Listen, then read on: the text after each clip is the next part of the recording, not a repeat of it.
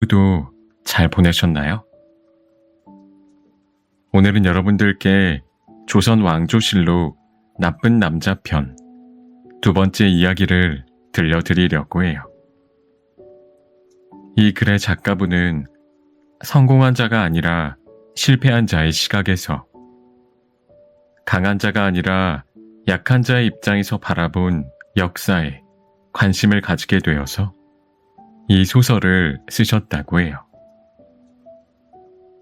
그럼 오늘도 제가 재미있게 읽어드릴 테니 제 목소리 들으시면서 달달한 밤 보내시길 바랄게요. 구독과 좋아요, 알람 설정도 꼭 해주실 거죠?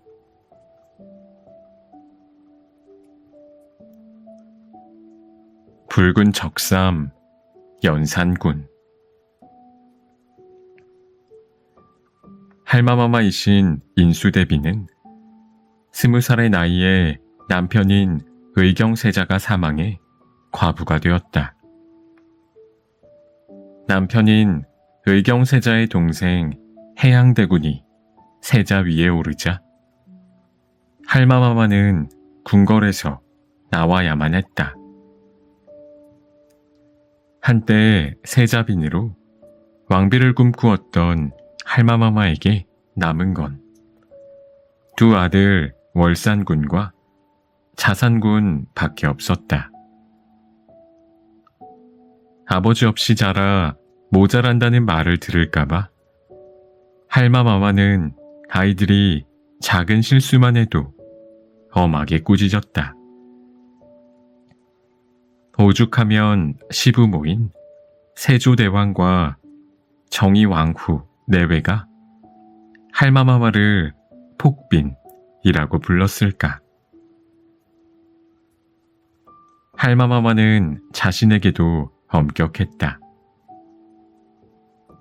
아여자로서는 드물게 열심히 학문을 익혀 한문과 유교 경전에 능통했다.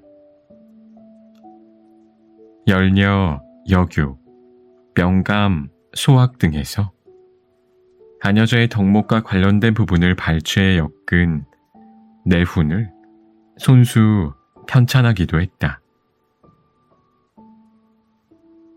할마마마는 야망이 큰 분이었다. 남편 의경세자의 죽음으로 중전의 꿈을 접어야만 했지만 아들을 왕으로 만들기 위한 노력을 멈추지 않았다. 훗날 성종대왕이 되는 둘째 아들 자산군과 한명회의 넷째 딸을 혼인시킨 것도 왕위를 노린 한 수였다. 궁궐 안에서 살 때는 새벽닭이 울기도 전에 일어나 시부모인 세조대왕과 정의왕후의 수라상을 직접 챙겼으며 궁궐 밖으로 나와서는 아들 둘을 데리고 왕위 결정자인 시어머니 정의왕후를 자주 찾아가 친밀한 관계를 유지했다. 세조대왕과 정의왕후는 엄한 며느리 밑에서 언제나 기죽어 지내는 손주들을 안타까워하며 자애롭게 대했다. 세조대왕은 자산군을 내 아들이라며 아꼈고 정의왕후는 월산군을 우리 아들이라 부르며 껴안아주시곤 했다. 세조대왕의 뒤를 이어 즉위한 예종대왕이 1년 2개월 만에 갑작스럽게 승하한 후 할마마마의 둘째 아들 자산군이 즉위한 것은 모두 할마마마의 오랜 노력 덕분이었다.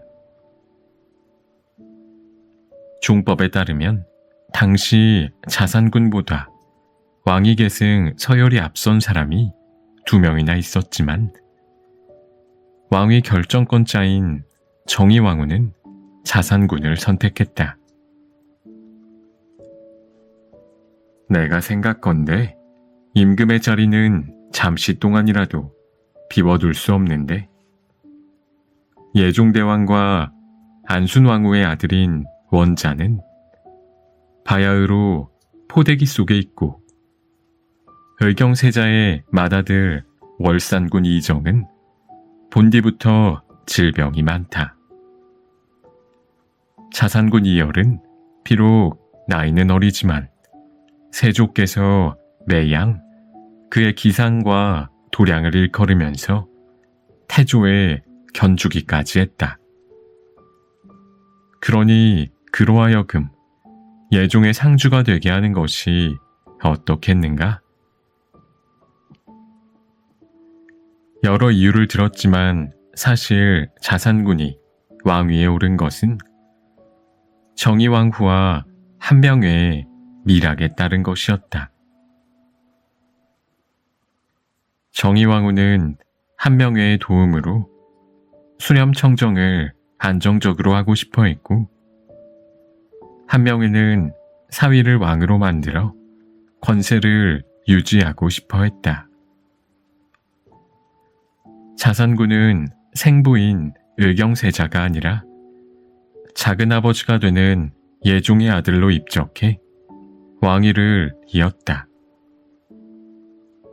남편인 의경세자가 사망하고 두 아들과 함께 궁궐을 떠나야 했던 할마마마는 그동안의 서러움을 씻어내며 당당하게 궁궐로 돌아왔다. 성종대왕으로 즉위한 자산군에게는 모셔야 할 어른이 셋이나 되었다. 성종의 할머니가 되는 자성대왕대비 윤씨, 성종의 법적 어머니이자 숙모가 되는 인애대비 한씨, 그리고 성종의 친어머니지만 법적으로는 큰 어머니가 되는 인수대비 한씨였다. 성종은 새 우전을 모시기 위해 창경궁을 건축했다. 정의왕후의 수렴청정을 거쳐 친정을 시작한 나의 부왕 성종께서는 뛰어난 정치 감각으로 백성들의 신뢰를 얻었다. 왕실도 백성들도 편안한 태평성대였다.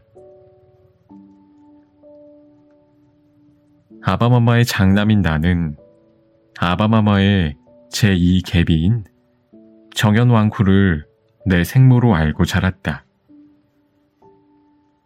하지만 어린 아이에게도 본능적인 직감은 있었다. 나와 정현왕후 사이에는 진성대군과 정현왕후 사이에 흐르는 끈끈하고 농밀한 감정이 결핍되어 있었다. 정현왕후는 늘 깍듯하고 공손하게 나를 대했다. 불가피한 선택의 순간 정현왕후의 선택은 언제나 진성대군이 아닌 나였다. 하지만 이상하게도 정현왕후의 예의 바른 태도는 언제나 차갑고 건조한 거리감을 느끼게 했다. 그게 세자와 태군을 대하는 태도의 차이일지도 모른다고 나를 위로했다. 비록 유모 상궁을 비롯해 나를 모시는 상궁들과 내관들이 수십이나 되었지만 어머니의 빈자리를 채울 수는 없었다. 게다가 할마마마이신 인수대비는 내가 공부에 소홀하거나 실수라도 저지르면 어미를 닮아 어쩔 수 없구나 하시거나 널 보면 내 어미가 생각나 싫다 라며 한숨을 내쉬었다. 할마마마가 말하는 어미가 정현왕후가 아닐 거라는 확신이 들었다. 하지만 어떤 사정이 있는지 알아보려면 기다려야 했다. 바로 내가 왕이 되는 그날까지. 어느 날 아바마마의 허락을 받아 거리에 나가 놀았다. 구경할 만한 것은 없었다. 다만 송아지 한 마리가 어미소를 따라갔는데 그 어미소가 소리를 내면 송아지도 소리를 내어 응했다. 어미와 새끼가 함께 살아있으니 그것이 가장 부러운 일이었다. 아바마마에게 그 이야기를 했더니 아바마마의 안색이 어두워졌다. 그나마 아바마마가 나를 가엾게 여겼기에 나는 아무 문제 없이 왕위에 오를 수 있었다. 당시 나는 친어머니가 죽었다는 것을 확신하고 있었다. 그저 내가 슬퍼할까봐 궁궐 안 사람들이 친어머니에 대해 숨기는 것이라고 생각했다. 왕위에 오르려면 정비의 자식인 것이 유리하기도 했고 친어머니 이야기를 들춰내어 궁궐 안에 분란을 일으키고 싶지 않았다. 그렇게 모른 척하는 것이 굳이 어머니에 대해 숨기려는 아바마마에 대한 효도라고 생각했다. 아바마마이신 성종대왕이 돌아가신 후 나는 아바마마의 등에 묻을 지석의 초안을 보고 이상해서 승지를 불렀다. 지석이란 죽은 사람의 이름과 생물 연도, 행적 등을 적어서 상석과 능상 사이에 묻는 돌을 말한다. 그런데 지석에 내가 전혀 알지 못하는 이름이 적혀 있었다.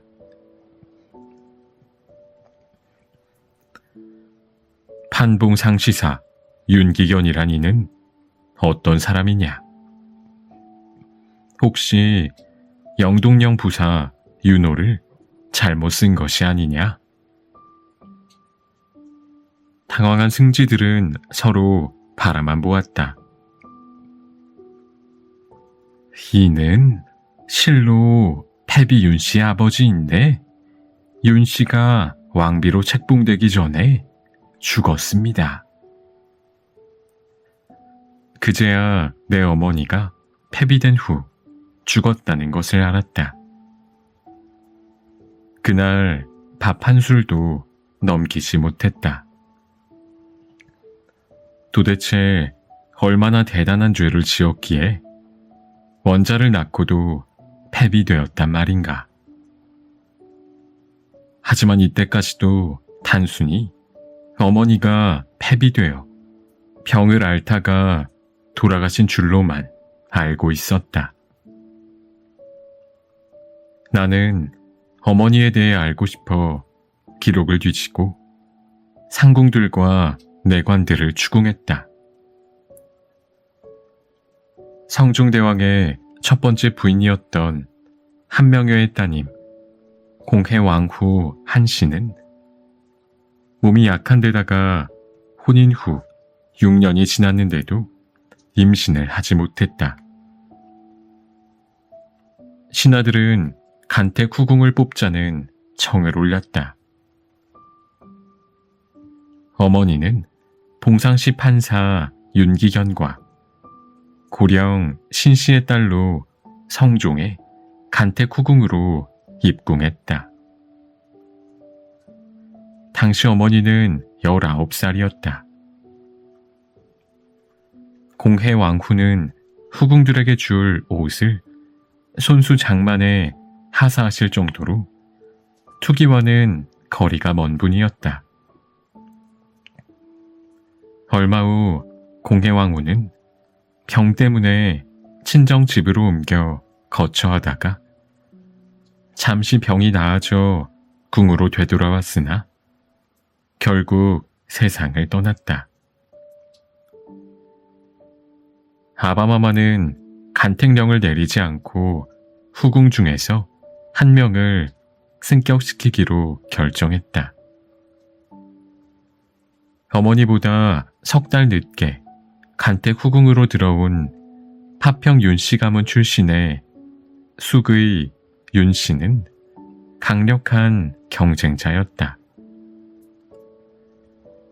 숙의 윤씨에 붙인 윤호는 자성 대왕 대비 윤씨의 친척이면서 인수 대비의 인척이기도 했다. 하지만 숙의 윤씨는 간택 당시 12살로 너무 어린 나이였고 그 아버지 윤호는 자신의 권력을 이용해 부를 축적해 문제가 된 적도 있었다. 권력을 움켜쥐고 수렴 청정까지 했던 자성 대왕 대비 윤씨였지만 아바마마의 고집을 꺾을 수는 없었다. 아바마마는 이미 나를 임신한 어머니를 왕비로 원했다. 고니가 오랫동안 비어있으니 내가 위호를 정해 위로는 조묘를 받들고 아래로는 국모를 삼으려고 하는데 숙의 윤씨는 주상께서 중히 여기는 바이며 나의 의사 또한 그가 적당하다고 여겨진다. 윤씨가 평소에 허름한 옷을 입고 검소한 것을 숭상하며 일마다 정성과 조심성으로 대했으니 대사를 위촉할 만하다. 윤씨가 나의 이러한 의사를 알고서 사양하기를 저는 본디 덕이 없으며 과부의 집에서 자라나 보고 들은 것이 없으므로 사전에서 선택하신 뜻을 저버리고 주상의 거룩하고 영명한 덕에 누를 끼칠까 몹시 두렵습니다. 라고 하니 내가 이러한 말을 듣고 더욱더 그를 현숙하게 여겼다. 결국 자성 대왕 대비 윤씨는 어머니를 왕비로 삼겠다는 교지를 내렸다. 외할아버지는 함안 부원군에 추봉되었으며 외할머니는 장흥 부부인 고령 신씨로 추승되었다. 아바마마는 어머니를 중궁으로 봉하면서 인정전에 나아가 어머니의 덕을 칭송했다. 그대 윤씨는 일찍이 덕행으로 가려서 뽑혔으며 오랫동안 궁궐에 거처하면서 정숙하고 신실하며 근면하고 검소한 데다 몸가짐에 있어서는 겸손하고 공경했으므로 3대 비전에게 총애를 받았다. 이에 예법을 거행해 왕비로 책봉한다. 하지만 아바마마는 어머니가 나를 낳은 지 100일도 되지 않아 대신들을 모아놓고 어머니를 패출하고 싶다는 말을 꺼냈다. 중전은 투기가 심해 내가 총애하는 후궁을 죽이기 위한 사수를 몰래 쓰기 시작했다. 후궁들의 처소로 가는 길목에 죽은 사람의 뼈를 묻어두면 후궁들이 그것을 밟고 다니다 죽는다는 민간의 비방인 송장 방사였다.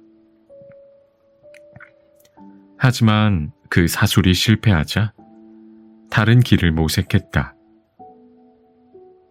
부왕의 후궁인 숙이 권 씨의 집에 누군가가 언문 편지를 던졌는데 소용 정 씨와 숙이 엄 씨가 중궁과 원자를 해치려고 한다는 내용이었다. 처음에는 소용 정 씨가 진짜로 원자를 해치려 하는 줄 알았다. 그러나 소용 정 씨가 임신 중이므로 해산한 뒤에 국문하려고 했다.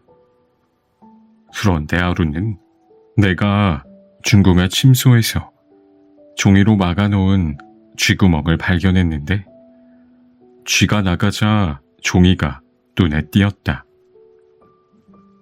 혹시나 해서 쥐구멍에 있는 종이를 가져다가 맞춰보았더니 숙의 권 씨의 집에 던져진 언문 편지의 종이와 같았다.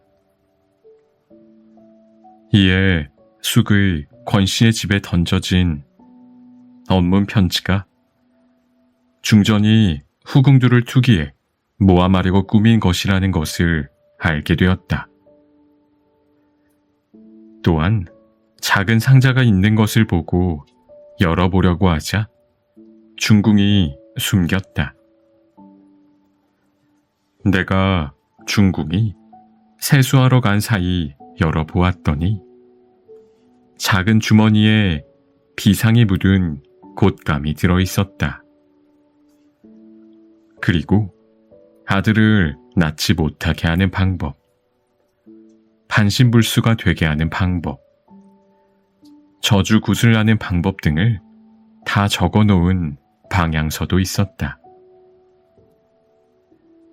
지금 바야흐로 사랑을 받고 있는데도 하는 일이 이와 같은데 혹시 조금이라도 뜻대로 되지 않는 일이 있다면 어찌 이보다 지나친 일이 있지 않겠는가?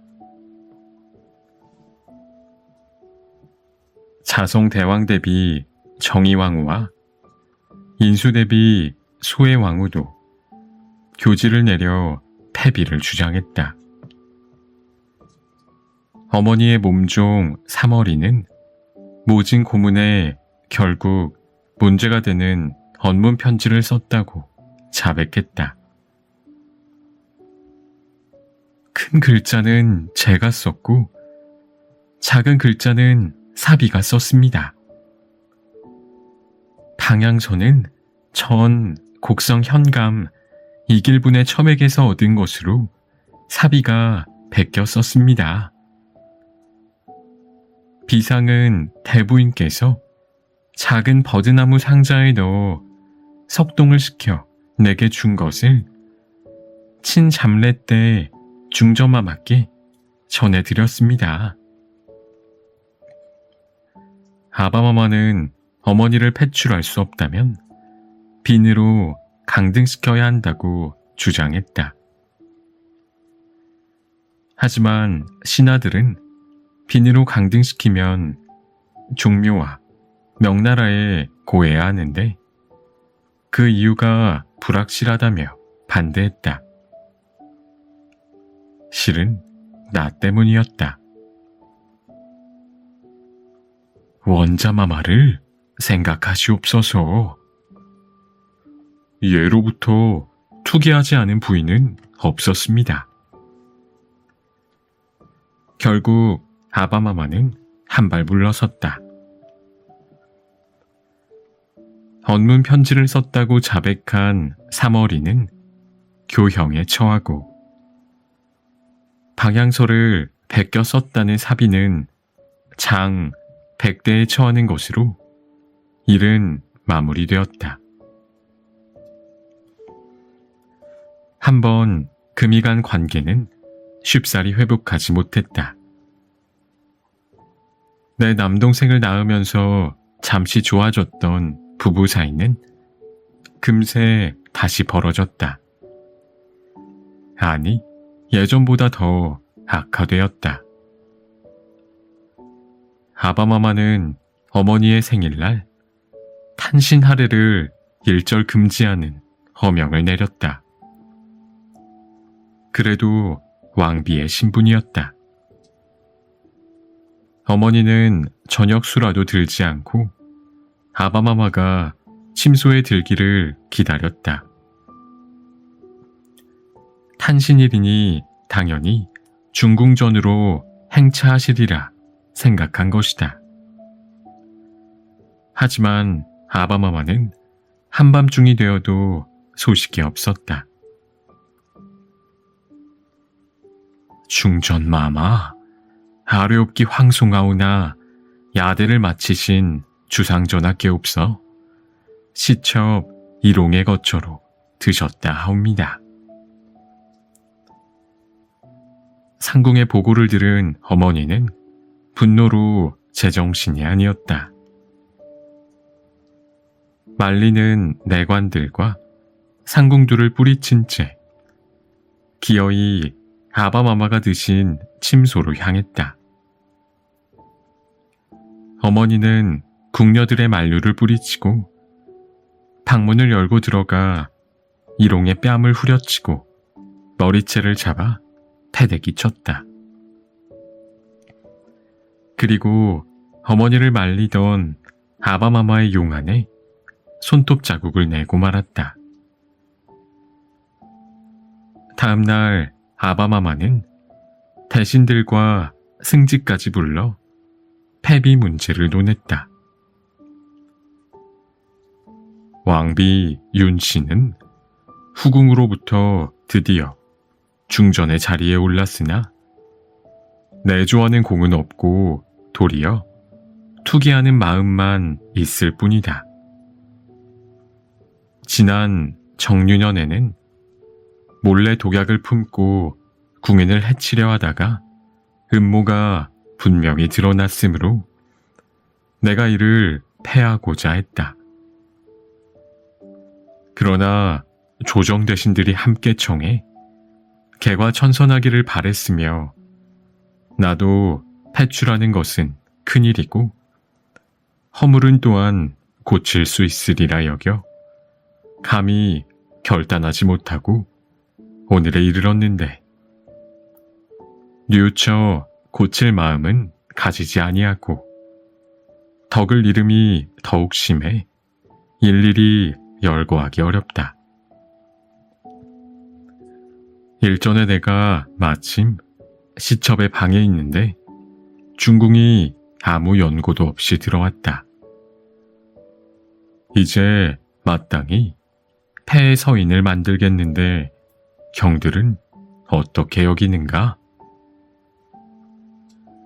물론 신하들은 반대했다. 하지만 이번에는 아바마마도 물러나지 않았다. 자성 대왕 대비 정의왕후는 업문 교지를 내려 패비를 주장했다. 중궁은 주상을 받들지 않았고 내가 수렴청정하는 걸 보고는 자기도 어린 임금을 끼고 조정을 다스릴 뜻으로 옛날에 권력을 휘두른 후비들의 고사를 좋아하고 자주 이야기했다. 주상이 혹대로 편치 않아도 전혀 개의치 않고 꽃핀 들에서 놀고 새를 잡아 희롱했고 만약 제 몸이 편치 않으면 갑자기 기도에 이르기를 내가 살아서 꼭 보고 싶은 일이 있으니 지금 죽을 수는 없다 라고 했다. 평소의 말이 이와 같으니 우리들은 항상 두려워했다. 혹시나 주상이 편치 않을 때면 수라상에 독을 넣을까 두려워서 여러 가지 방법으로 방비를 하면서 중궁이 지나가는 곳에 어선을 두지 않도록 금했다. 우리들은 비록 이름을 국모라고 하나 본래는 평안인 것이요. 한 나라에서 높임을 받은 분은 주상뿐이다. 그런데도 주상을 경멸해 주상으로 하여금 안심하고 음식을 들 때가 없게 했다.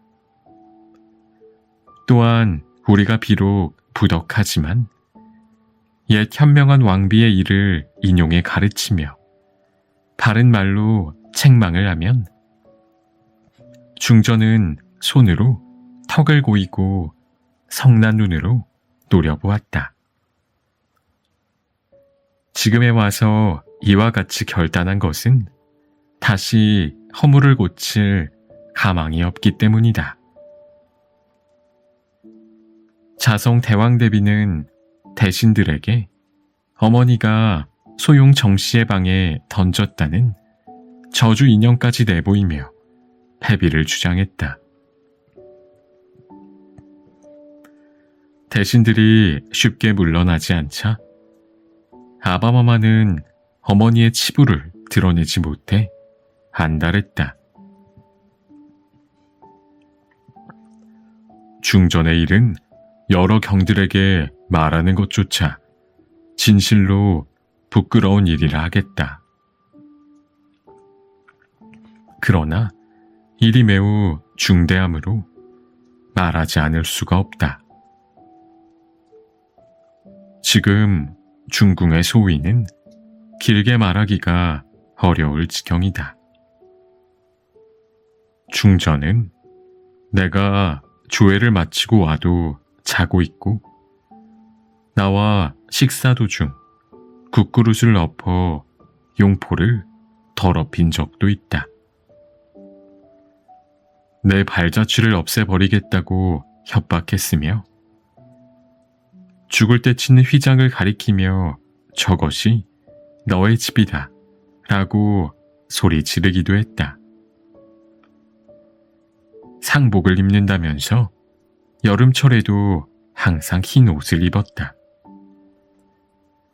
또한 궁녀들에게도 누구든 상감을 모시는 날은 나에게 죽는 날이다 라고 협박을 했다. 이런 중전의 언행 때문에 나는 가위에 눌리고 악몽까지 꾼다.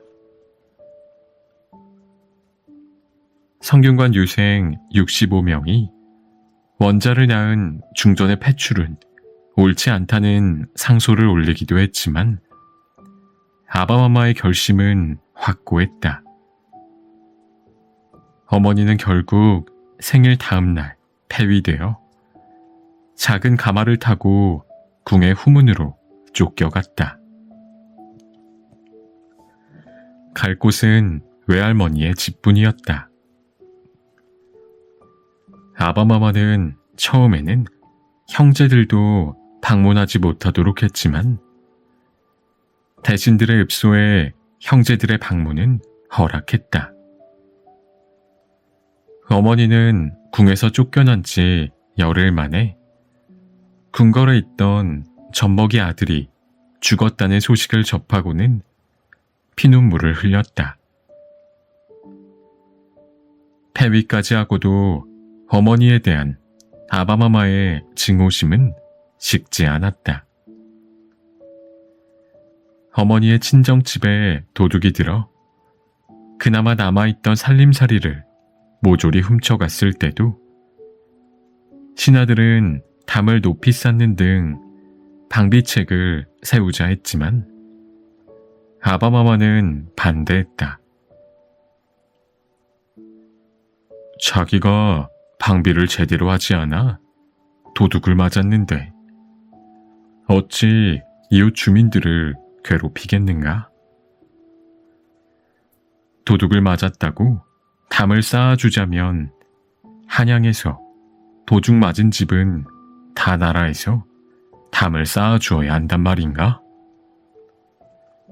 국가에서 이미 도적을 체포하라는 명령을 내렸으니 잡게 되면 마땅히 그 죄를 다스리지만 어떻게 집집마다 따로 엄금을 베풀겠는가? 어머니가 살고 있는 다 쓰러져가는 초가집에는 연기조차 나지 않을 때가 많았다. 이를 염려한 신하들은 계속 상소를 올렸다. 패비윤 씨를 별궁에 두어 조석 걱정을 하지 않게 해 주시옵소서. 아바마마는 상소를 올린 신하들을 감옥에 가두어 버렸다. 하지만 신하들은 내가 즉위할 경우를 염려해서 어머니를 보기해야 한다거나 처우를 개선해 주어야 한다는 주장을 멈추지 않았다. 원자의 생모였다. 복이나 처우 개선에 대한 상소를 올리지 않았다는 이유로 내가 즉위했을 때 충성심을 의심받을 수도 있었다. 어머니가 폐위된 후 대신들의 복위 상소와 처우 개선에 대한 상소는 끊임없이 계속되었다. 하지만 대신들의 바람과는 달리 상소가 올라올 때마다 어머니에 대한 아바마마의 원한은 커지기만 했다. 어머니가 살아있다면 신하들의 상소는 그치지 않을 것이고 혹시 내가 즉위했을 때 큰 문제가 될 수도 있었다. 그렇게 고민하기를 3년. 마침내 아바마마의 참을성은 바닥났다. 아바마마는 친정을 시작하면서부터 왕권 강화를 위해 노력했다.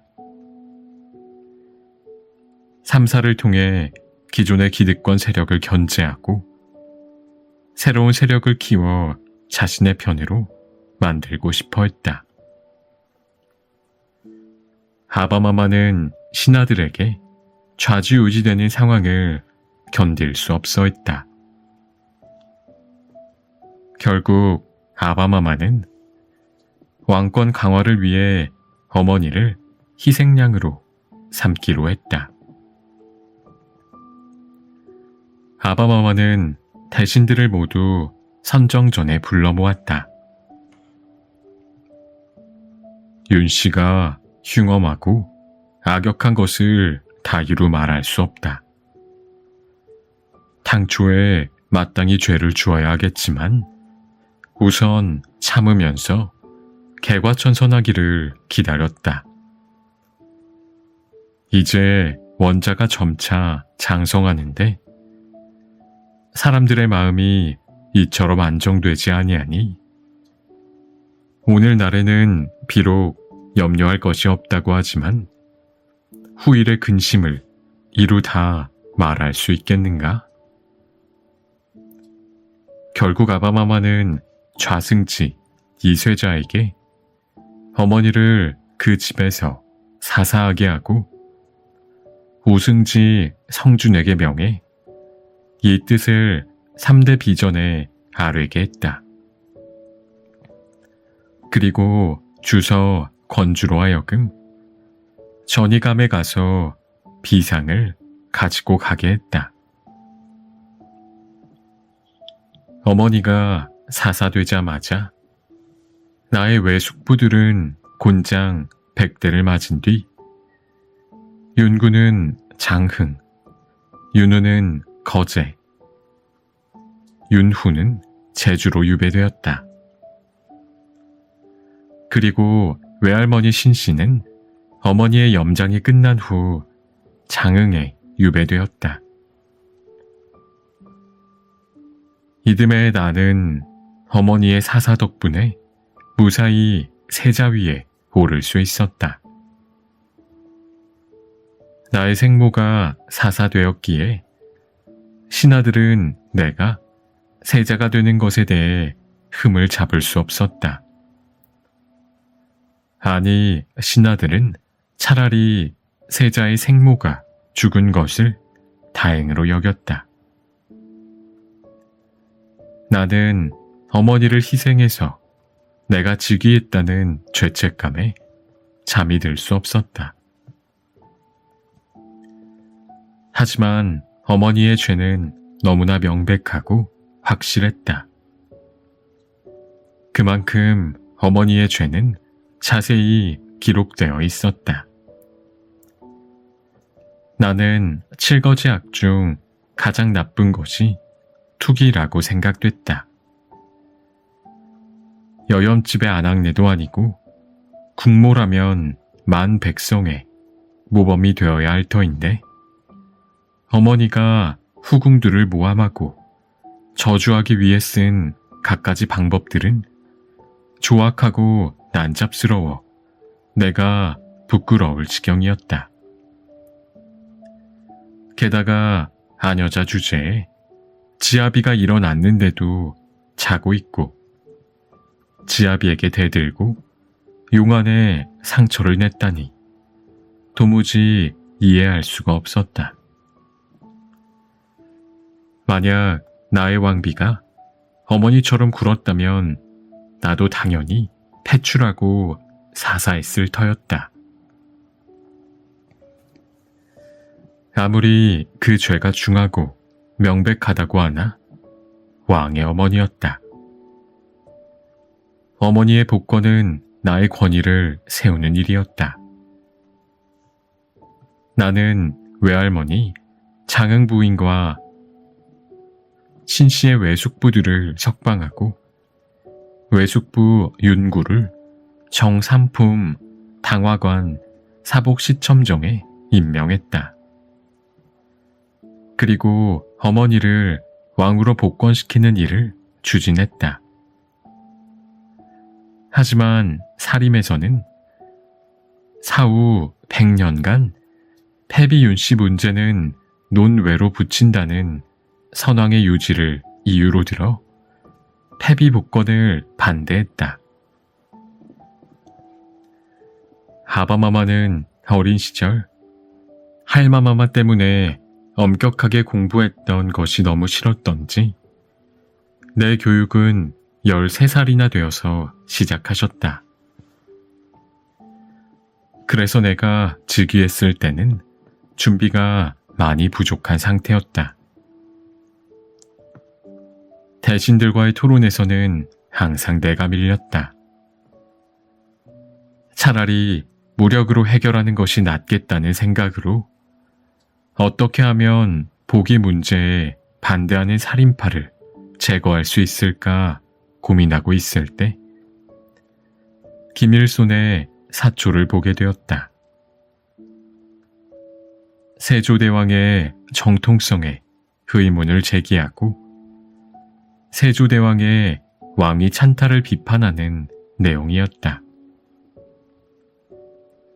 나는 사초를 빌미 삼아 김일손, 권오복, 권경유, 이목, 강겸 등을 비롯한 살인파를 대거 숙청하거나 유배 보냈다.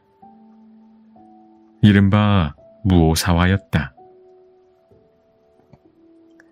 하지만 무오사화의 피바람이 불고 나서도 어머니의 복권은 쉽지 않았다.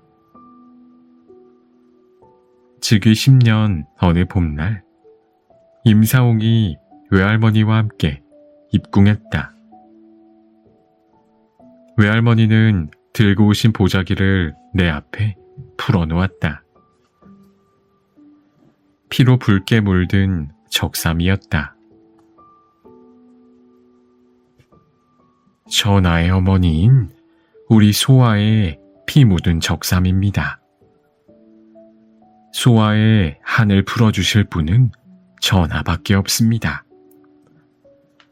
소아는 사약을 가지고 온 이세좌가 자신을 궁으로 부르러 온 줄 알고 반갑게 맞이해 줄 정도로 순진하고 어리숙한 아이였습니다. 사약을 받으라는 어명에 소아는 매일같이 입던 소복을 화려한 중전복으로 갈아입고 단숨에 사약을 들이켰습니다. 그것이 원자마마를 위하는 길이라면서요. 소원은 피를 토하면서도 원자마마께서 훗날 보위에 오르시면 이 적삼으로 원통함을 전해달라 했습니다. 또한 임금의 능행길 옆에 장사 지내 임금의 행차라도 보게 해달라고 유언했습니다. 이제 저도 나이가 들어 언제 죽을지 모르니 전하께 진실을 알려드려야 한다고 생각했습니다.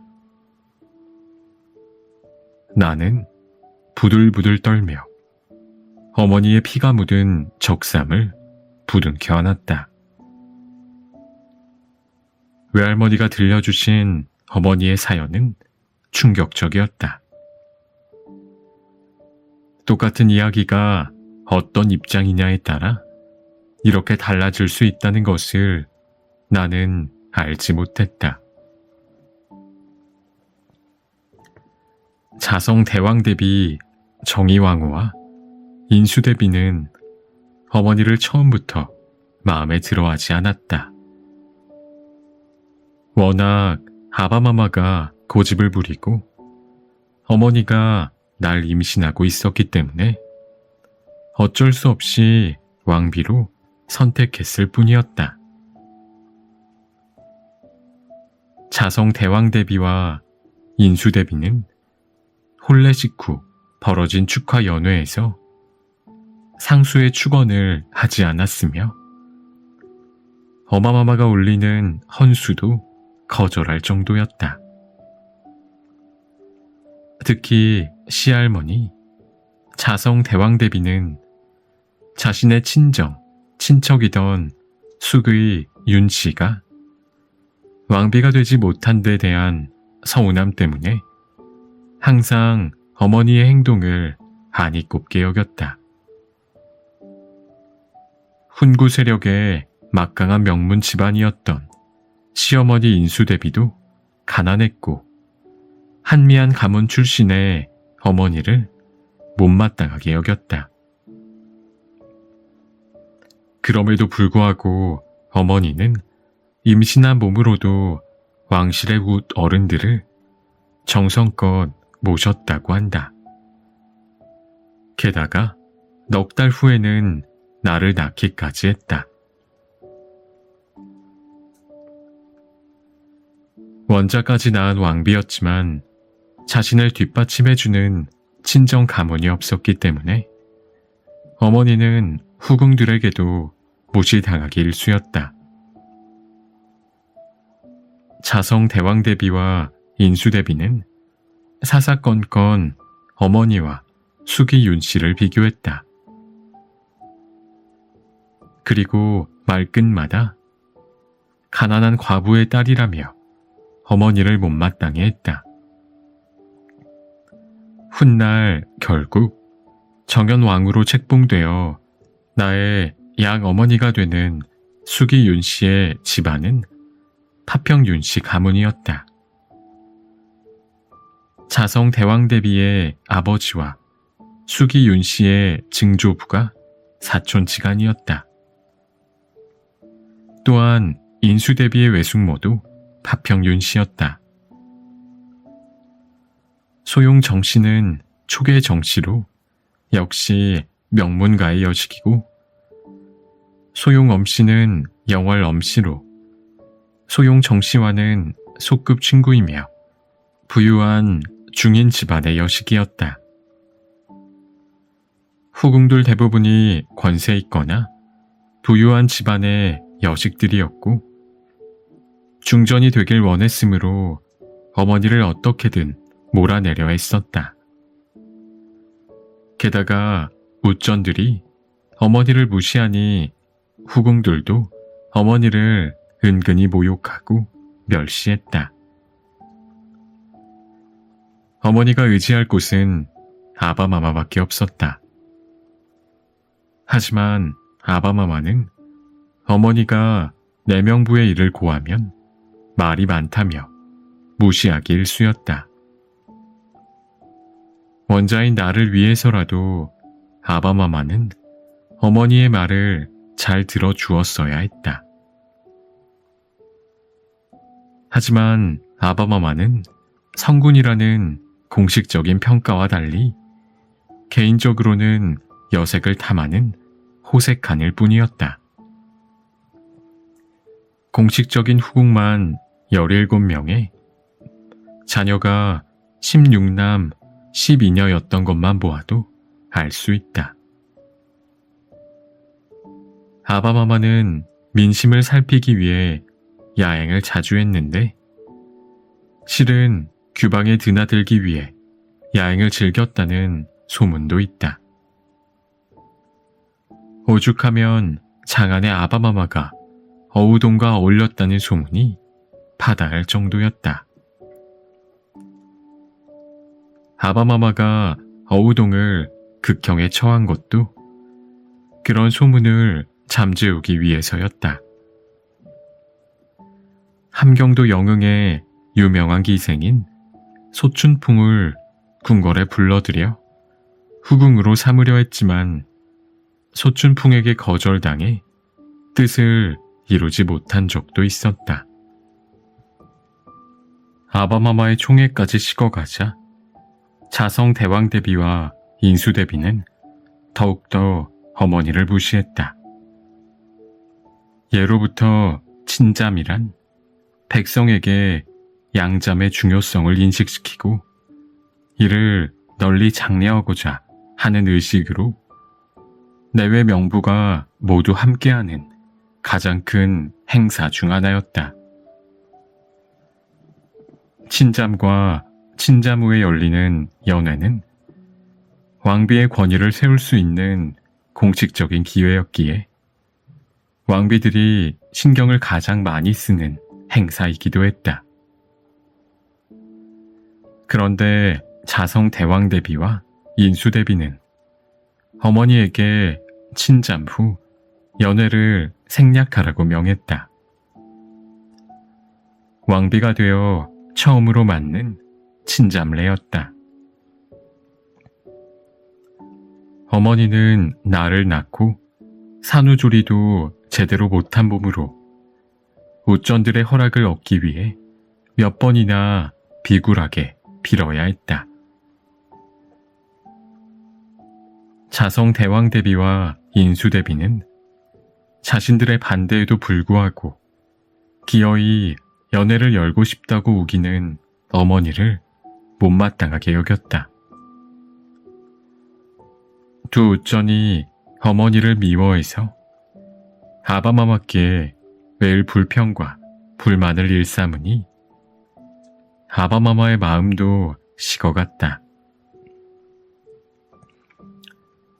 어머니에 대한 아바마마의 총애가 식자 후궁들은 내명부 수장인 어머니를 깔보고 어머니의 명도 무시하기 시작했다. 결국 어머니가 그리도 노력해 주최한 친잠에 수경 정씨는 산후조리를 핑계로 나오지 않았다. 어머니가 나무라자 수경 정씨는 오히려 왕자를 낳은 것도 죄랍니까? 하고 소리를 지르며 대들었다고 한다. 그 일로 수경 정씨가 뭐라고 우전에 고했는지 침잠 후 보름 만에 아바마마는 대신들에게 패비 문제를 거론했다. 내가 100일도 되지 않았을 때였다. 붉은 적삼 연산군. 할마마마이신 인수대비는 20살의 나이에 남편인 의경세자가 사망해 과부가 되었다. 남편인 의경세자의 동생 해양대군이 세자 위에 오르자 할마마마는 궁궐에서 나와야만 했다. 한때 세자빈으로 왕비를 꿈꾸었던 할마마마에게 남은 건 두 아들 월산군과 자산군 밖에 없었다. 아버지 없이 자라 모자란다는 말을 들을까봐 할마마마는 아이들이 작은 실수만 해도 엄하게 꾸짖었다. 오죽하면 시부모인 세조대왕과 정의왕후 내외가 할마마마를 폭빈이라고 불렀을까. 할마마마는 자신에게도 엄격했다. 아여자로서는 드물게 열심히 학문을 익혀 한문과 유교 경전에 능통했다. 열녀, 여교, 명감, 소학 등에서 아녀자의 덕목과 관련된 부분을 발췌해 엮은 내훈을 손수 편찬하기도 했다. 할마마마는 야망이 큰 분이었다. 남편 의경세자의 죽음으로 중전의 꿈을 접어야만 했지만 아들을 왕으로 만들기 위한 노력을 멈추지 않았다. 훗날 성종대왕이 되는 둘째 아들 자산군과 한명회의 넷째 딸을 혼인시킨 것도 왕위를 노린 한 수였다. 궁궐 안에서 살 때는 새벽닭이 울기도 전에 일어나 시부모인 세조대왕과 정의왕후의 수라상을 직접 챙겼으며 궁궐 밖으로 나와서는 아들 둘을 데리고 왕위 결정자인 시어머니 정의왕후를 자주 찾아가 친밀한 관계를 유지했다.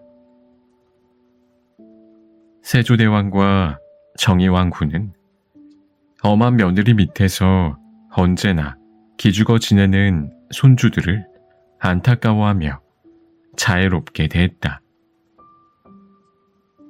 세조대왕은 자산군을 내 아들이라며 아꼈고 정의왕후는 월산군을 우리 아들이라 부르며 껴안아주시곤 했다. 세조대왕의 뒤를 이어 즉위한 예종대왕이 1년 2개월 만에 갑작스럽게 승하한 후 할마마마의 둘째 아들 자산군이 즉위한 것은 모두 할마마마의 오랜 노력 덕분이었다. 종법에 따르면 당시 자산군보다 왕위 계승 서열이 앞선 사람이 2명이나 있었지만 왕위 결정권자인 정의왕후는 자산군을 선택했다. 내가 생각건대 임금의 자리는 잠시 동안이라도 비워둘 수 없는데 예종대왕과 안순왕후의 아들인 원자는 바야흐로 포대기 속에 있고 의경세자의 맏아들 월산군 이정은 본디부터 질병이 많다. 자산군 이열은 비록 나이는 어리지만 세조께서 매양 그의 기상과 도량을 일컬으면서 태조에 견주기까지 했다. 그러니 그로 하여금 예종의 상주가 되게 하는 것이 어떻겠는가? 여러 이유를 들었지만 사실 자산군이 왕위에 오른 것은 정의왕후와 한명회의 밀학에 따른 것이었다. 정의왕후는 한명회의 도움으로 수렴청정을 안정적으로 하고 싶어 했고 한명회는 사위를 왕으로 만들어 권세를 유지하고 싶어 했다. 자산군은 생부인 의경세자가 아니라 작은아버지가 되는 예종의 아들로 입적해 왕위를 이었다.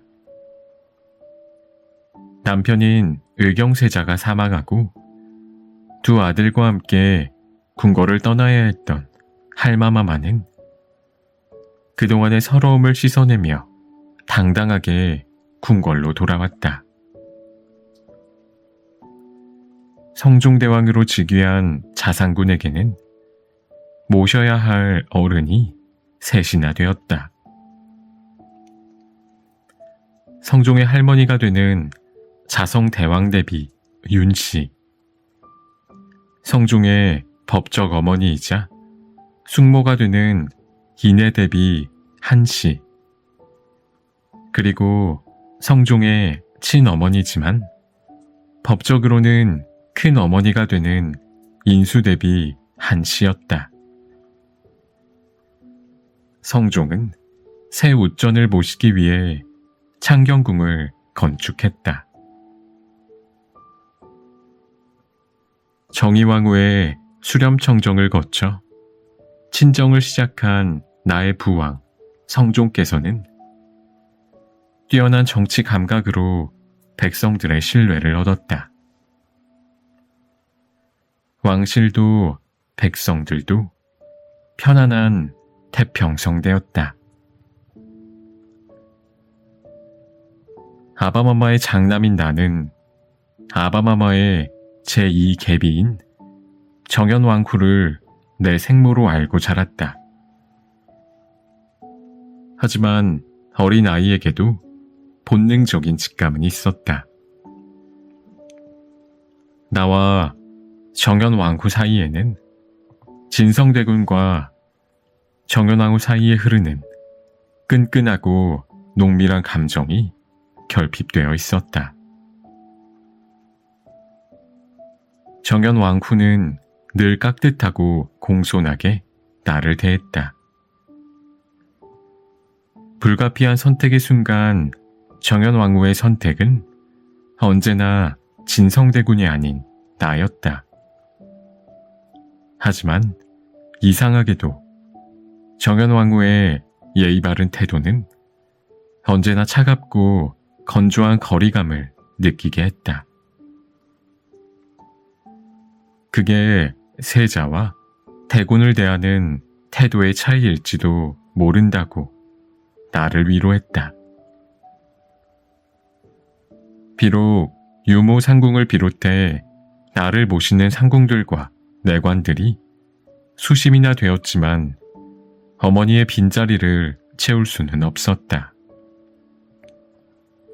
게다가 할마마마이신 인수대비는 내가 공부에 소홀하거나 실수라도 저지르면 어미를 닮아 어쩔 수 없구나 하시거나 널 보면 내 어미가 생각나 싫다 라며 한숨을 내쉬었다. 할마마마가 말하는 어미가 정현왕후가 아닐 거라는 확신이 들었다. 하지만 어떤 사정이 있는지 알아보려면 기다려야 했다. 바로 내가 왕이 되는 그날까지. 어느 날 아바마마의 허락을 받아 거리에 나가 놀았다. 구경할 만한 것은 없었다. 다만 송아지 한 마리가 어미소를 따라가는데 그 어미소가 소리를 내면 송아지도 소리를 내어 응했다. 어미와 새끼가 함께 살아있으니 그것이 가장 부러운 일이었다. 아바마마에게 그 이야기를 했더니 아바마마의 안색이 어두워졌다. 그나마 아바마마가 나를 가엾게 여겼기에 나는 아무 문제 없이 왕위에 오를 수 있었다. 당시 나는 친어머니가 죽었다는 것을 확신하고 있었다. 그저 내가 슬퍼할까봐 궁궐 안 사람들이 친어머니에 대해 숨기는 것이라고 생각했다.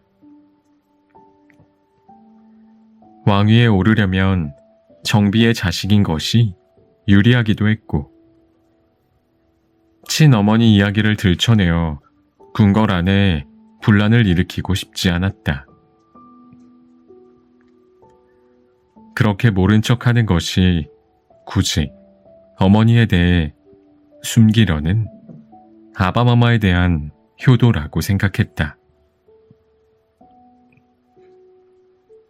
아바마마이신 성종대왕이 돌아가신 후 나는 아바마마의 등에 묻을 지석의 초안을 보고 이상해서 승지를 불렀다.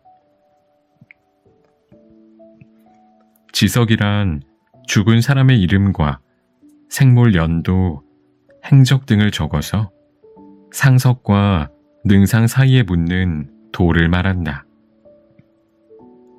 그런데 지석에 내가 전혀 알지 못하는 이름이 적혀 있었다.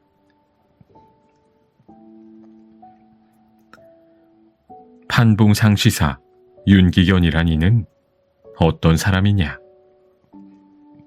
혹시 영동령 부사 윤호를 잘못 쓴 것이 아니냐? 당황한 승지들은 서로 바라만 보았다.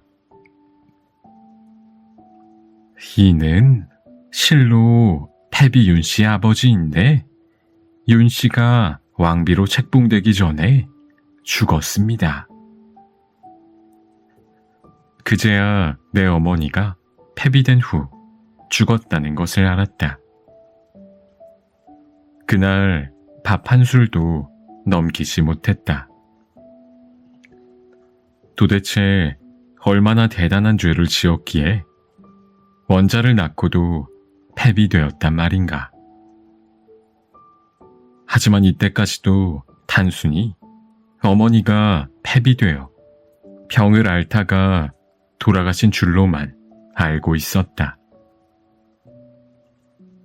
나는 어머니에 대해 알고 싶어 기록을 뒤지고 상궁들과 내관들을 추궁했다. 성종대왕의 첫 번째 부인이었던 한명여의 따님 공해왕후 한씨는 몸이 약한 데다가 혼인 후 6년이 지났는데도 임신을 하지 못했다. 신하들은 간택 후궁을 뽑자는 청을 올렸다. 어머니는 봉상시 판사 윤기견과 고령 신씨의 딸로 성종의 간택 후궁으로 입궁했다. 당시 어머니는 19살이었다. 공해왕후는 후궁들에게 줄 옷을 손수 장만에 하사하실 정도로 투기와는 거리가 먼 분이었다. 얼마 후 공해왕후는 병 때문에 친정 집으로 옮겨 거처하다가 잠시 병이 나아져 궁으로 되돌아왔으나 결국 세상을 떠났다. 아바마마는 간택령을 내리지 않고 후궁 중에서 한 명을 승격시키기로 결정했다. 어머니보다 석 달 늦게 간택 후궁으로 들어온 파평 윤씨 가문 출신의 숙의 윤씨는 강력한 경쟁자였다. 숙의 윤씨에 붙인 윤호는 자성 대왕 대비 윤씨의 친척이면서 인수 대비의 인척이기도 했다. 하지만 숙의 윤씨는 간택 당시 12살로 너무 어린 나이였고 그 아버지 윤호는 자신의 권력을 이용해 부를 축적해 문제가 된 적도 있었다. 권력을 움켜쥐고 수렴 청정까지 했던 자성 대왕 대비 윤씨였지만 아바마마의 고집을 꺾을 수는 없었다. 아바마마는 이미 나를 임신한 어머니를 왕비로 원했다.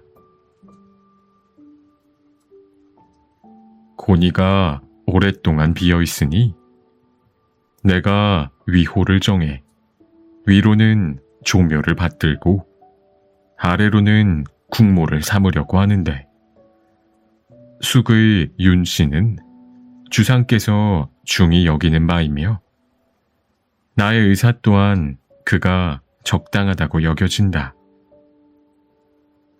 윤씨가 평소에 허름한 옷을 입고 검소한 것을 숭상하며 일마다 정성과 조심성으로 대했으니 대사를 위촉할 만하다. 윤씨가 나의 이러한 의사를 알고서 사양하기를 저는 본디 덕이 없으며 과부의 집에서 자라나 보고 들은 것이 없으므로 사전에서 선택하신 뜻을 저버리고 주상의 거룩하고 영명한 덕에 누를 끼칠까 몹시 두렵습니다. 라고 하니 내가 이러한 말을 듣고 더욱더 그를 현숙하게 여겼다. 결국 자성 대왕대비 윤씨는 어머니를 왕비로 삼겠다는 교지를 내렸다. 외할아버지는 함안 부원군에 추봉되었으며 외할머니는 장흥 부부인 고령 신씨로 추승되었다. 아바마마는 어머니를 중궁으로 봉하면서 인정전에 나아가 어머니의 덕을 칭송했다. 그대 윤씨는 일찍이 덕행으로 가려서 뽑혔으며 오랫동안 궁궐에 거처하면서 정숙하고 신실하며 근면하고 검소한 데다 몸가짐에 있어서는 겸손하고 공경했으므로 3대 비전에게 총애를 받았다. 이에 예법을 거행해 왕비로 책봉한다. 하지만 아바마마는 어머니가 나를 낳은 지 100일도 되지 않아 대신들을 모아놓고 어머니를 패출하고 싶다는 말을 꺼냈다. 중전은 투기가 심해 내가 총애하는 후궁을 죽이기 위한 사수를 몰래 쓰기 시작했다. 후궁들의 처소로 가는 길목에 죽은 사람의 뼈를 묻어두면 후궁들이 그것을 밟고 다니다 죽는다는 민간의 비방인 송장방사였다. 하지만 그 사술이 실패하자 다른 길을 모색했다. 부왕의 후궁인 숙이 권씨의 집에 누군가가 언문 편지를 던졌는데 소용 정씨와 숙이 엄씨가 중궁과 원자를 해치려고 한다는 내용이었다. 처음에는 소용 정씨가 진짜로 원자를 해치려 하는 줄 알았다. 그러나 소용 정씨가 임신 중이므로 해산한 뒤에 국문하려고 했다. 그런데 하루는 내가 중궁에 침소해서 종이로 막아놓은 쥐구멍을 발견했는데 쥐가 나가자 종이가 눈에 띄었다. 혹시나 해서 쥐구멍에 있는 종이를 가져다가 맞춰보았더니 숙의 권씨의 집에 던져진 언문 편지의 종이와 같았다. 이에 숙의 권씨의 집에 던져진 언문 편지가 중전이 후궁들을 투기해 모함하려고 꾸민 것이라는 것을 알게 되었다. 또한 작은 상자가 있는 것을 보고 열어보려고 하자 중궁이 숨겼다.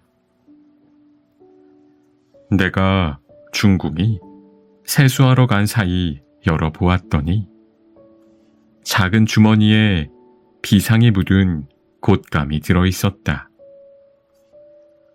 그리고 아들을 낳지 못하게 하는 방법, 반신불수가 되게 하는 방법, 저주 구슬하는 방법 등을 다 적어놓은 방향서도 있었다. 지금 바야흐로 사랑을 받고 있는데도 하는 일이 이와 같은데 혹시 조금이라도 뜻대로 되지 않는 일이 있다면 어찌 이보다 지나친 일이 있지 않겠는가?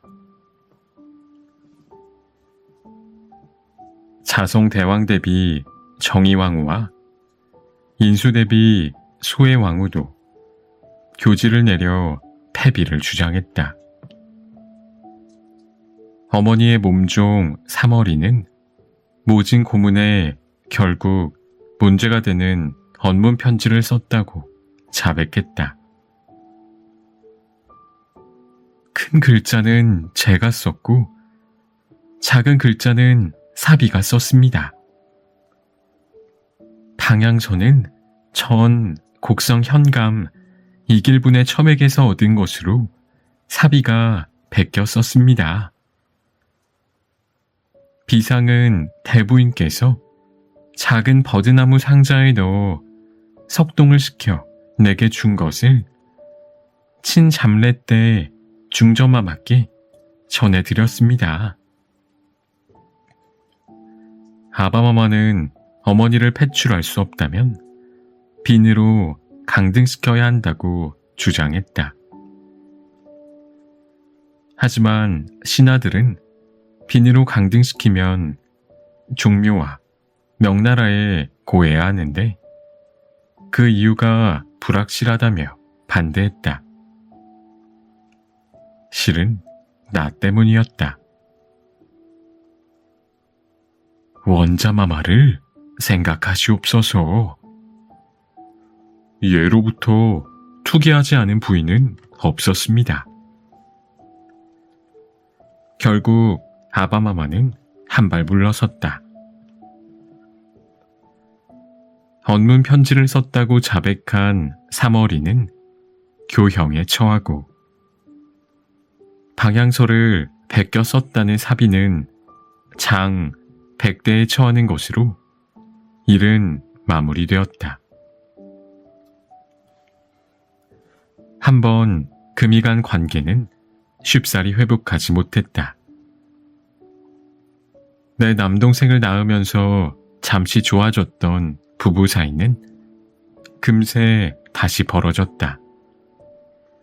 아니, 예전보다 더 악화되었다. 아바마마는 어머니의 생일날 탄신 하례를 일절 금지하는 허명을 내렸다. 그래도 왕비의 신분이었다. 어머니는 저녁 수라도 들지 않고 아바마마가 침소에 들기를 기다렸다. 탄신일이니 당연히 중궁전으로 행차하시리라 생각한 것이다. 하지만 아바마마는 한밤중이 되어도 소식이 없었다. 중전마마, 아뢰옵기 황송하오나 야대를 마치신 주상전하께옵서 시첩 일옹의 거처로 드셨다 하옵니다.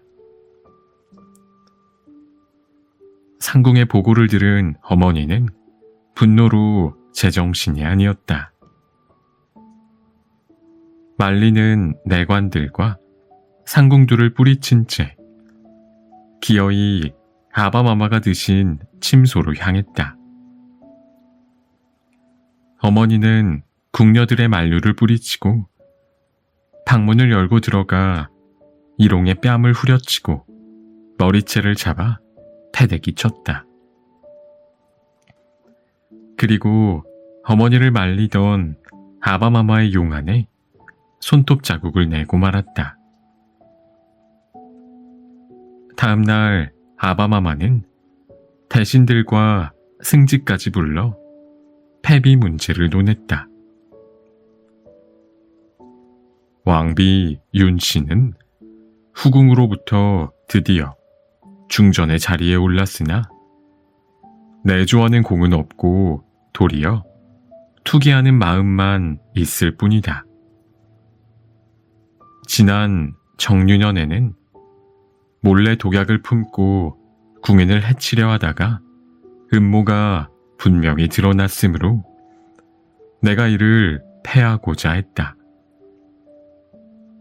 그러나 조정 대신들이 함께 청해 개과천선하기를 바랬으며 나도 패출하는 것은 큰일이고 허물은 또한 고칠 수 있으리라 여겨 감히 결단하지 못하고 오늘에 이르렀는데 뉘우쳐 고칠 마음은 가지지 아니하고 덕을 잃음이 더욱 심해 일일이 열거하기 어렵다.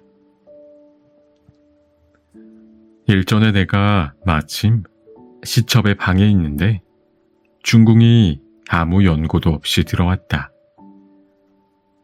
이제 마땅히 폐의 서인을 만들겠는데 경들은 어떻게 여기는가? 물론 신하들은 반대했다. 하지만 이번에는 아바마마도 물러나지 않았다. 자성 대왕 대비 정의왕후는 업문 교지를 내려 패비를 주장했다. 중궁은 주상을 받들지 않았고 내가 수렴청정하는 걸 보고는 자기도 어린 임금을 끼고 조정을 다스릴 뜻으로 옛날에 권력을 휘두른 후비들의 고사를 좋아하고 자주 이야기했다. 주상이 혹대로 편치 않아도 전혀 개의치 않고 꽃핀 들에서 놀고 새를 잡아 희롱했고 만약 제 몸이 편치 않으면 갑자기 기도에 이르기를 내가 살아서 꼭 보고 싶은 일이 있으니 지금 죽을 수는 없다 라고 했다. 평소의 말이 이와 같으니 우리들은 항상 두려워했다. 혹시나 주상이 편치 않을 때면 수라상에 독을 넣을까 두려워서 여러 가지 방법으로 방비를 하면서 중궁이 지나가는 곳에 어선을 두지 않도록 금했다. 우리들은 비록 이름을 국모라고 하나 본래는 평안인 것이요. 한 나라에서 높임을 받은 분은 주상뿐이다. 그런데도 주상을 경멸해 주상으로 하여금 안심하고 음식을 들 때가 없게 했다. 또한 우리가 비록 부덕하지만 옛 현명한 왕비의 일을 인용해 가르치며 바른 말로 책망을 하면 중전은 손으로 턱을 고이고 성난 눈으로 노려보았다. 지금에 와서 이와 같이 결단한 것은 다시 허물을 고칠 가망이 없기 때문이다. 자성 대왕 대비는 대신들에게 어머니가 소용 정씨의 방에 던졌다는 저주 인형까지 내보이며 패비를 주장했다. 대신들이 쉽게 물러나지 않자 아바마마는 어머니의 치부를 드러내지 못해 안달했다. 중전의 일은 여러 경들에게 말하는 것조차 진실로 부끄러운 일이라 하겠다.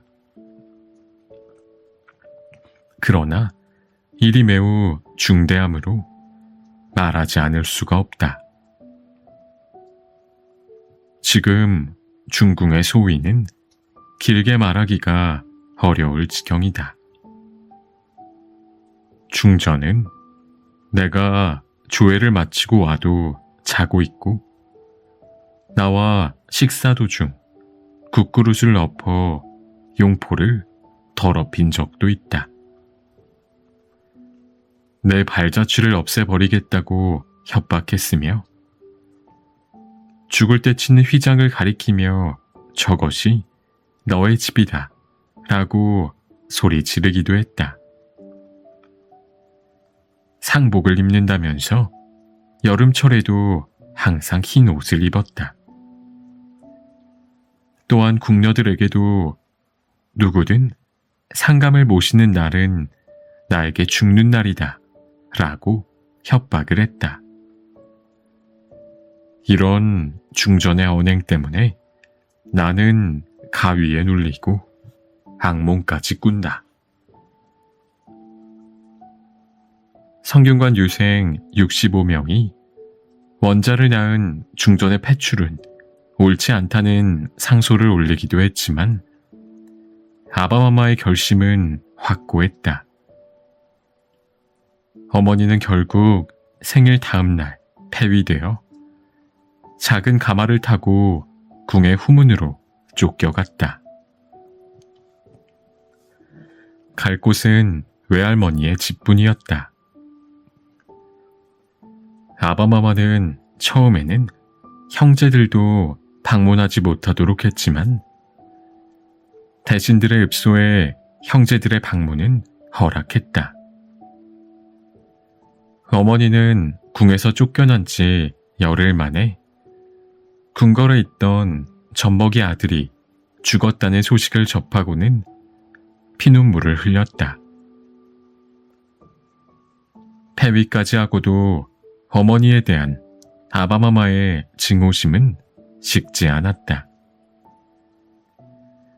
어머니의 친정집에 도둑이 들어 그나마 남아있던 살림살이를 모조리 훔쳐갔을 때도 신하들은 담을 높이 쌓는 등 방비책을 세우자 했지만 아바마마는 반대했다.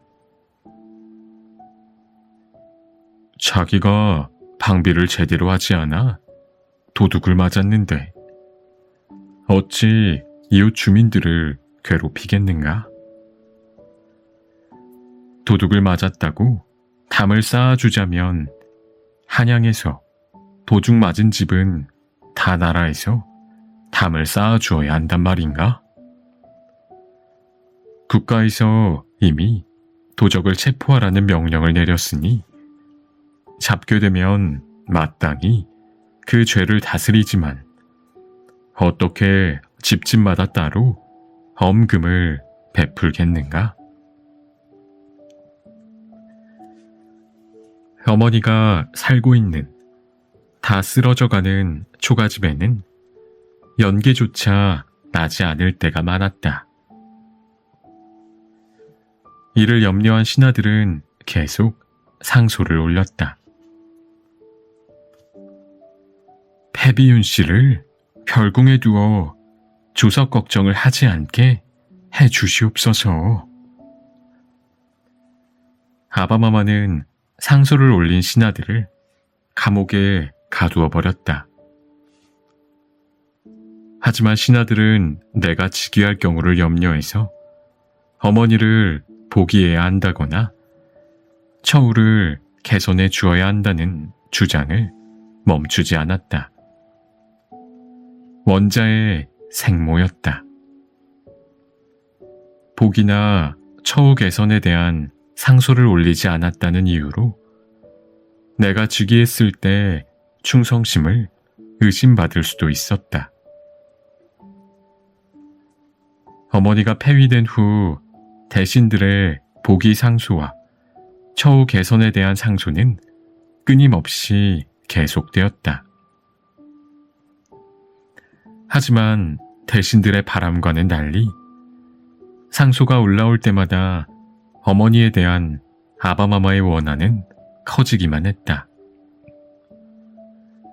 어머니가 살아있다면 신하들의 상소는 그치지 않을 것이고, 혹시 내가 즉위했을 때 큰 문제가 될 수도 있었다. 그렇게 고민하기를 3년. 마침내 아바마마의 참을성은 바닥났다. 아바마마는 친정을 시작하면서부터 왕권 강화를 위해 노력했다. 삼사를 통해 기존의 기득권 세력을 견제하고 새로운 세력을 키워 자신의 편으로 만들고 싶어 했다. 아바마마는 신하들에게 좌지우지되는 상황을 견딜 수 없어 했다. 결국 아바마마는 왕권 강화를 위해 어머니를 희생양으로 삼기로 했다. 아바마마는 대신들을 모두 선정전에 불러 모았다. 윤씨가 흉엄하고 악역한 것을 다 이루 말할 수 없다. 당초에 마땅히 죄를 주어야 하겠지만 우선 참으면서 개과천선하기를 기다렸다. 이제 원자가 점차 장성하는데 사람들의 마음이 이처럼 안정되지 아니하니 오늘날에는 비록 염려할 것이 없다고 하지만 후일의 근심을 이루 다 말할 수 있겠는가? 결국 아바마마는 좌승지 이쇠자에게 어머니를 그 집에서 사사하게 하고 우승지 성준에게 명해 이 뜻을 3대 비전에 아뢰게 했다. 그리고 주서 건주로 하여금 전이감에 가서 비상을 가지고 가게 했다. 어머니가 사사되자마자 나의 외숙부들은 곤장 100대를 맞은 뒤 윤구는 장흥, 윤우는 거제, 윤후는 제주로 유배되었다. 그리고 외할머니 신씨는 어머니의 염장이 끝난 후 장흥에 유배되었다. 이듬해 나는 어머니의 사사 덕분에 무사히 세자 위에 오를 수 있었다. 나의 생모가 사사되었기에 신하들은 내가 세자가 되는 것에 대해 흠을 잡을 수 없었다. 아니, 신하들은 차라리 세자의 생모가 죽은 것을 다행으로 여겼다. 나는 어머니를 희생해서 내가 즉위했다는 죄책감에 잠이 들 수 없었다. 하지만 어머니의 죄는 너무나 명백하고 확실했다. 그만큼 어머니의 죄는 자세히 기록되어 있었다. 나는 7거지 악 중 가장 나쁜 것이 투기라고 생각됐다. 여염집의 아낙네도 아니고 국모라면 만 백성의 모범이 되어야 할 터인데 어머니가 후궁들을 모함하고 저주하기 위해 쓴 갖가지 방법들은 조악하고 난잡스러워 내가 부끄러울 지경이었다.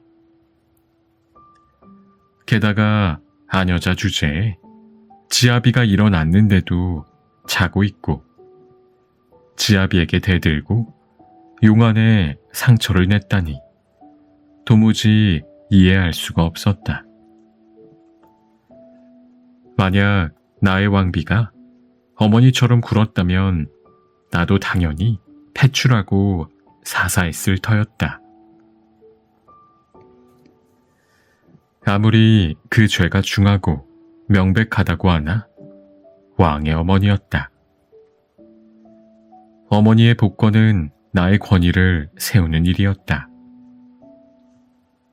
나는 외할머니, 장흥 부인과 신씨의 외숙부들을 석방하고 외숙부 윤구를 정삼품 당화관 사복시첨정에 임명했다. 그리고 어머니를 왕으로 복권시키는 일을 추진했다. 하지만 사림에서는 사후 100년간 패비윤씨 문제는 논외로 붙인다는 선왕의 유지를 이유로 들어 패비 복권을 반대했다. 아바마마는 어린 시절 할마마마 때문에 엄격하게 공부했던 것이 너무 싫었던지 내 교육은 13살이나 되어서 시작하셨다. 그래서 내가 즉위했을 때는 준비가 많이 부족한 상태였다. 대신들과의 토론에서는 항상 내가 밀렸다. 차라리 무력으로 해결하는 것이 낫겠다는 생각으로 어떻게 하면 보기 문제에 반대하는 살인파를 제거할 수 있을까 고민하고 있을 때 김일손의 사초를 보게 되었다. 세조대왕의 정통성에 의문을 제기하고 세조대왕의 왕위 찬탈을 비판하는 내용이었다. 나는 사초를 빌미 삼아 김일손, 권오복, 권경유, 이목, 강겸 등을 비롯한 살인파를 대거 숙청하거나 유배 보냈다. 이른바 무오사화였다. 하지만 무오사화의 피바람이 불고 나서도 어머니의 복권은 쉽지 않았다. 즉위 10년 어느 봄날 임사홍이 외할머니와 함께 입궁했다. 외할머니는 들고 오신 보자기를 내 앞에 풀어놓았다. 피로 붉게 물든 적삼이었다. 전하의 어머니인 우리 소아의 피 묻은 적삼입니다. 소아의 한을 풀어주실 분은 전하밖에 없습니다. 소아는 사약을 가지고 온 이세좌가 자신을 궁으로 부르러 온 줄 알고 반갑게 맞이해줄 정도로 순진하고 어리숙한 아이였습니다. 사약을 받으라는 어명에 소아는 매일같이 입던 소복을 화려한 중전복으로 갈아입고 단숨에 사약을 들이켰습니다. 그것이 원자마마를 위하는 길이라면서요. 소아는 피를 토하면서도 원자마마께서 훗날 보위에 오르시면 이 적삼으로 원통함을 전해달라 했습니다. 또한 임금의 능행길 옆에 장사지내 임금의 행차라도 보게 해달라고 유언했습니다. 이제 저도 나이가 들어 언제 죽을지 모르니 전하께 진실을 알려드려야 한다고 생각했습니다.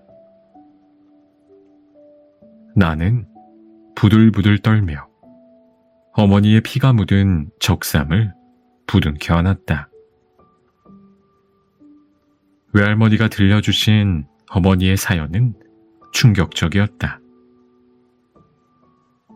똑같은 이야기가 어떤 입장이냐에 따라 이렇게 달라질 수 있다는 것을 나는 알지 못했다. 자성 대왕 대비 정의왕후와 인수 대비는 어머니를 처음부터 마음에 들어하지 않았다. 워낙 아바마마가 고집을 부리고 어머니가 날 임신하고 있었기 때문에 어쩔 수 없이 왕비로 선택했을 뿐이었다. 자성 대왕대비와 인수대비는 혼례 직후 벌어진 축하 연회에서 상수의 축언을 하지 않았으며 어마마마가 올리는 헌수도 거절할 정도였다. 특히 시할머니 자성 대왕대비는 자신의 친척이던 숙의 윤씨가 왕비가 되지 못한 데 대한 서운함 때문에 항상 어머니의 행동을 한이 꼽게 여겼다. 훈구 세력의 막강한 명문 집안이었던 시어머니 인수대비도 가난했고 한미한 가문 출신의 어머니를 못마땅하게 여겼다. 그럼에도 불구하고 어머니는 임신한 몸으로도 왕실의 훗 어른들을 정성껏 모셨다고 한다. 게다가 넉 달 후에는 나를 낳기까지 했다. 원자까지 낳은 왕비였지만 자신을 뒷받침해주는 친정 가문이 없었기 때문에 어머니는 후궁들에게도 무시당하기 일쑤였다. 자성 대왕대비와 인수대비는 사사건건 어머니와 숙의 윤씨를 비교했다. 그리고 말끝마다 가난한 과부의 딸이라며 어머니를 못마땅해 했다. 훗날 결국 정연왕으로 책봉되어 나의 양어머니가 되는 숙의 윤씨의 집안은 파평 윤씨 가문이었다.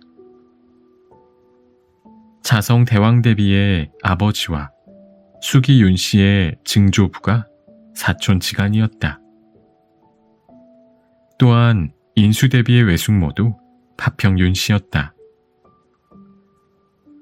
소용 정씨는 초계 정씨로 역시 명문가의 여식이고 소용 엄씨는 영월 엄씨로 소용 정씨와는 소급 친구이며 부유한 중인 집안의 여식이었다. 후궁들 대부분이 권세 있거나 부유한 집안의 여식들이었고 중전이 되길 원했으므로 어머니를 어떻게든 몰아내려 했었다. 게다가 우전들이 어머니를 무시하니 후궁들도 어머니를 은근히 모욕하고 멸시했다. 어머니가 의지할 곳은 아바마마밖에 없었다. 하지만 아바마마는 어머니가 내명부의 일을 고하면 말이 많다며 무시하기 일쑤였다. 원자인 나를 위해서라도 아바마마는 어머니의 말을 잘 들어주었어야 했다. 하지만 아바마마는 성군이라는 공식적인 평가와 달리 개인적으로는 여색을 탐하는 호색한일 뿐이었다. 공식적인 후궁만 17명에 자녀가 16남 12녀였던 것만 보아도 알 수 있다. 아바마마는 민심을 살피기 위해 야행을 자주 했는데 실은 규방에 드나들기 위해 야행을 즐겼다는 소문도 있다. 오죽하면 장안의 아바마마가 어우동과 어울렸다는 소문이 파다할 정도였다. 아바마마가 어우동을 극형에 처한 것도 그런 소문을 잠재우기 위해서였다. 함경도 영흥의 유명한 기생인 소춘풍을 궁궐에 불러들여 후궁으로 삼으려 했지만 소춘풍에게 거절당해 뜻을 이루지 못한 적도 있었다. 아바마마의 총애까지 식어가자 자성 대왕 대비와 인수 대비는 더욱더 어머니를 무시했다. 예로부터 친잠이란 백성에게 양잠의 중요성을 인식시키고 이를 널리 장려하고자 하는 의식으로 내외 명부가 모두 함께하는 가장 큰 행사 중 하나였다. 친잠과 친잠 후에 열리는 연회는 왕비의 권위를 세울 수 있는 공식적인 기회였기에 왕비들이 신경을 가장 많이 쓰는 행사이기도 했다. 그런데 자성 대왕 대비와 인수 대비는 어머니에게 친잠 후 연회를 생략하라고 명했다. 왕비가 되어 처음으로 맞는 친잠례였다. 어머니는 나를 낳고 산후조리도 제대로 못한 몸으로 우전들의 허락을 얻기 위해 몇 번이나 비굴하게 빌어야 했다. 자성 대왕 대비와 인수 대비는 자신들의 반대에도 불구하고 기어이 연회를 열고 싶다고 우기는 어머니를 못마땅하게 여겼다. 두 우전이 어머니를 미워해서 아바마마께 매일 불평과 불만을 일삼으니 아바마마의 마음도 식어갔다. 어머니에 대한 아바마마의 총애가 식자 후궁들은 내명부 수장인 어머니를 깔보고 어머니의 명도 무시하기 시작했다. 결국 어머니가 그리도 노력해 주최한 친잠에 수경 정씨는 산후조리를 핑계로 나오지 않았다. 어머니가 나무라자 수경 정씨는 오히려 왕자를 낳은 것도 죄랍니까? 하고 소리를 지르며 대들었다고 한다. 그 일로 수경 정씨가 뭐라고 우전에 고했는지 침잠 후 보름 만에 아바마마는 대신들에게 패비 문제를 거론했다. 내가 100일도 되지 않았을 때였다.